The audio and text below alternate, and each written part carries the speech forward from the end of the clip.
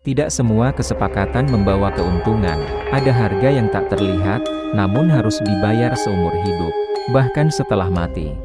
Di lereng Gunung Ciremai, ada sebuah desa terpencil bernama Desa Tirtamerta. Desa ini dikelilingi perkebunan teh yang luas, hutan pinus yang rimbun, dan udara yang sejuk. Namun, di balik ketenangannya, warga desa menyimpan rahasia kelam yang tidak pernah dibicarakan kepada pendatang. Raka, seorang pemuda dari kota, datang ke desa itu untuk mencari pekerjaan. Ia diterima bekerja di rumah seorang juragan kaya bernama Pak Surya. Rumahnya besar, dikelilingi pagar tinggi, dan selalu ramai pekerja. Namun, yang membuat Raka heran adalah kekayaan Pak Surya seolah tak pernah habis. Setiap panen selalu melimpah, ternaknya sehat, dan usaha dagangnya maju. Suatu malam, ketika Raka membantu membersihkan gudang, ia melihat Pak Surya keluar diam-diam membawa kendi tanah liat. Penasaran, Raka mengintainya dari jauh.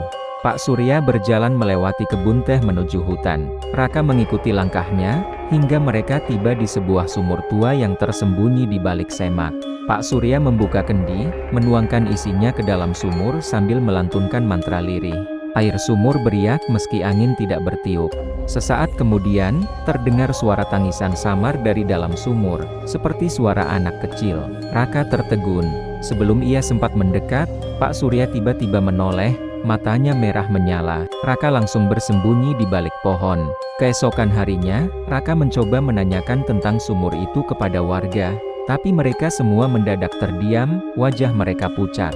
"Jangan pernah mendekat ke sana," kata seorang nenek tua. "Itu sumur tumbal. Barang siapa mengusiknya, hidupnya tak akan lama." Sejak hari itu, rasa penasaran Raka berubah menjadi rasa takut. Namun, ia juga merasa ada sesuatu yang harus ia ungkap. Ia tidak tahu, rasa penasarannya itu akan menyeretnya ke dalam kengerian yang tak bisa ia bayangkan. Sejak melihat Pak Surya di sumur tua, Raka sulit tidur. Wajah merah menyala juragannya terus menghantui pikirannya. Setiap malam, ia merasa ada suara-suara aneh di kamarnya, langkah kaki di luar jendela, ketukan pelan di pintu, dan bisikan samar memanggil namanya. Suatu pagi, Raka mencoba mengalihkan pikirannya dengan bekerja seperti biasa. Namun, ia memperhatikan sesuatu yang janggal. Setiap awal bulan, selalu ada satu pekerja yang tiba-tiba menghilang. Tidak ada yang berani bertanya, seolah semua sudah paham kemana mereka pergi. Raka mulai menduga, mungkin orang-orang itu ada hubungannya dengan sumur tua. Dugaan itu semakin kuat ketika ia mendengar percakapan dua pekerja di belakang rumah. "Malam ini gilirannya si Tono," bisik salah satu dari mereka. "Kasihan, tapi semua sudah diatur.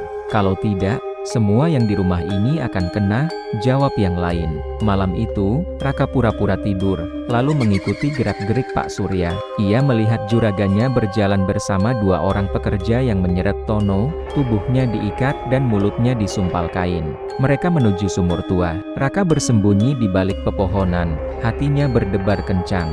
Ia melihat Pak Surya memegang sebilah golok dan memotong telapak tangan Tono. Darahnya menetes ke air sumur.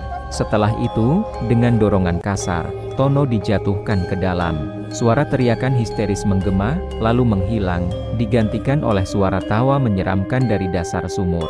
Air sumur yang tadinya keruh berubah menjadi hitam pekat, lalu memunculkan benda-benda berkilau seperti emas dan perhiasan yang mengapung ke permukaan. Pak Surya tersenyum puas sambil mengumpulkannya. Raka nyaris menjerit, tapi ia menutup mulutnya rapat-rapat. Ia baru sadar, kekayaan Pak Surya berasal dari perjanjian dengan sesuatu yang mendiami sumur itu dan syaratnya adalah tumbal manusia. Setelah malam mengerikan itu, Raka berniat kabur dari rumah Pak Surya. Namun, setiap kali ia mencoba keluar desa, langkahnya seperti dibatasi. Jalan yang ia lalui selalu berakhir kembali ke titik semula. Bahkan ketika ia mengikuti jalan aspal menuju kota, tiba-tiba ia menemukan dirinya kembali di dekat kebun teh rumah Pak Surya. Ia sadar, desa ini bukan desa biasa. Ada semacam batas gaib yang mengurung semua orang di dalamnya. Mungkin inilah alasan mengapa tidak ada yang bisa melaporkan kejadian di sumur itu ke pihak berwajib.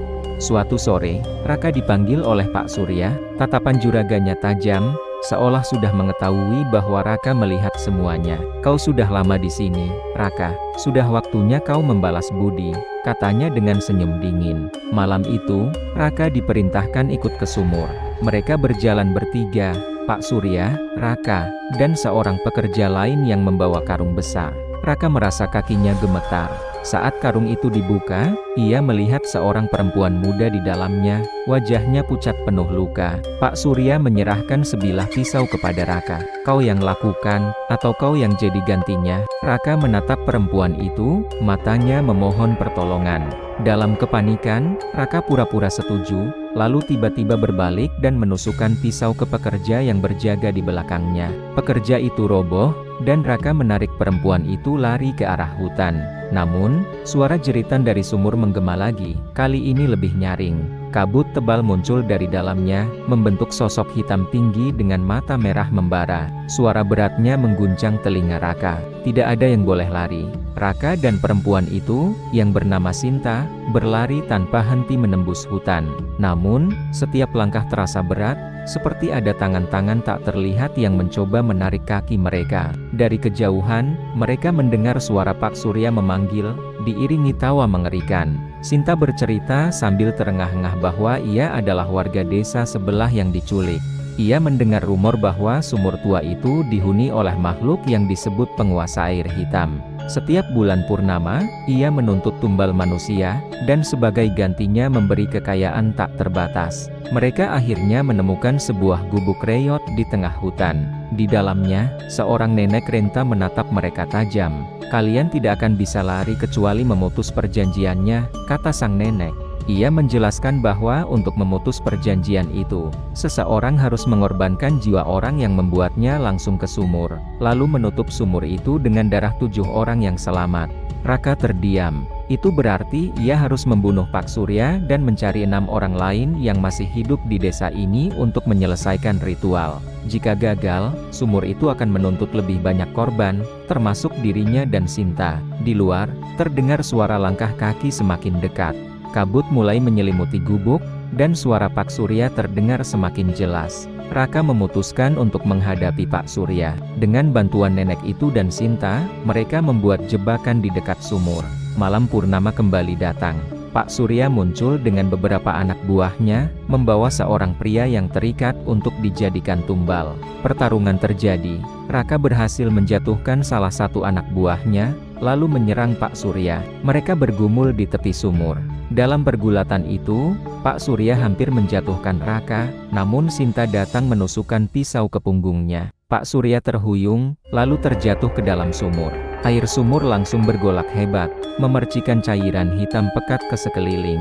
Suara jeritan dari dasar sumur begitu memekakan, seperti ribuan orang berteriak bersamaan. Raka segera melanjutkan ritual dengan darah 6 orang yang selamat, termasuk dirinya dan Sinta. Saat tetes darah terakhir jatuh, sumur itu mengeluarkan asap hitam yang berputar-putar, lalu menghilang ke langit malam. Suasana hening, batas gaib yang mengurung desa pun lenyap. Pagi itu, Raka dan Sinta meninggalkan desa yang kini kosong. Semua rumah terlihat terbengkalai, kebun teh layu, dan hutan sunyi. Mereka tahu, meski sumur itu telah tertutup, kutukannya mungkin akan kembali suatu hari.